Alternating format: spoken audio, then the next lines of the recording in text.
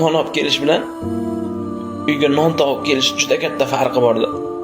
Shu yoshligida non olib kelish uchun do'konga chiqqan bolalar hozir katta bo'lib non topib kelish uchun musofir yurtga ketyapti-da. Bir akaga savol berdim, ancha yildan beri musofirda yurar ekan.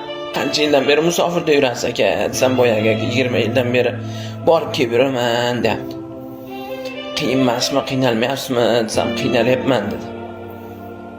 Qiynalayotgan bo'lsangiz uyga qayting. O'limdan qo'rqmaysizmi deb savol berdim. Boyagi aka kulib, uyda 10 kishini qiynalganidan ko'ra musofir yurtda bir kishini qiynalgani yaxshiroq. Bir kishini qo'li qora bo'lgani yaxshiroq. Men o'limdan ko'ra ota-onamni, bola-chaqamni, oilamni qiynalib yashashdan qo'rqaman dedi. Musofirlarda o'ziga atagan bitta orzusi yo'qda. Yashirincha pullar yig'adi-da. O'zimga usti bosh olaman, bir joyga aylanganib boraman deydi.